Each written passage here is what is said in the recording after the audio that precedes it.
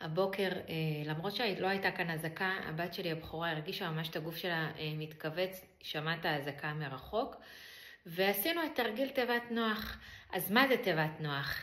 תיבה היא מילה, ונוח זה ראשי תיבות נון ח', נשימה וחיבוק. אז מה שאנחנו עושות בתיבה הזאת, תחילה אם להסביר לילדים על סיפור נוח.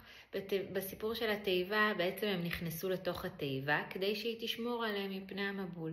אז אותו דבר כאן, אנחנו בוחרים תיבה, אנחנו בוחרים מילה, זה יכול להיות מילה או משפט, שעוזר לנו ושומר עלינו להרגיש טוב. זה יכול להיות איזושהי מילה שהילדים אוהבים, זה יכול להיות איזשהו משפט משיר, זה יכול להיות כמו היגד חיובי, שאבא ואמא שומרים עליי, אני בטוחה, אני מוגנת.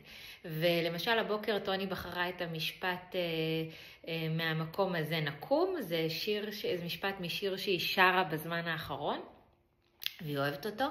אז בחרנו את המשפט הזה, הסתכלנו אחת לשנייה בעיניים, אמרנו אותו ביחד, ואז זו התיבה שלנו, שממש יכלנו ככה רגע להתחבר למילים. והדבר הנוסף שעשינו זה נשימה וחיבוק. לקחנו ביחד 3 נשימות עמוקות כאלה, והתחבקנו חיבוק ארוך, אין כמו מגע בשביל להוריד את רמות המתח בגוף.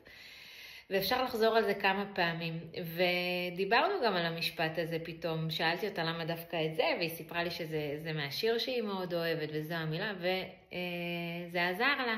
היא קמה, היא שמה את השיר הזה ברקע, היא התארגנה לבית ספר, וזה ממש היה זה משחק שמכניס קצת כלילות לתוך הרגע הזה שהוא נורא נורא מכווץ אותנו. אז מקווה שזה יכול לעזור לכם. ואני מזמינה אתכם לנסות את זה ולספר לי איך זה.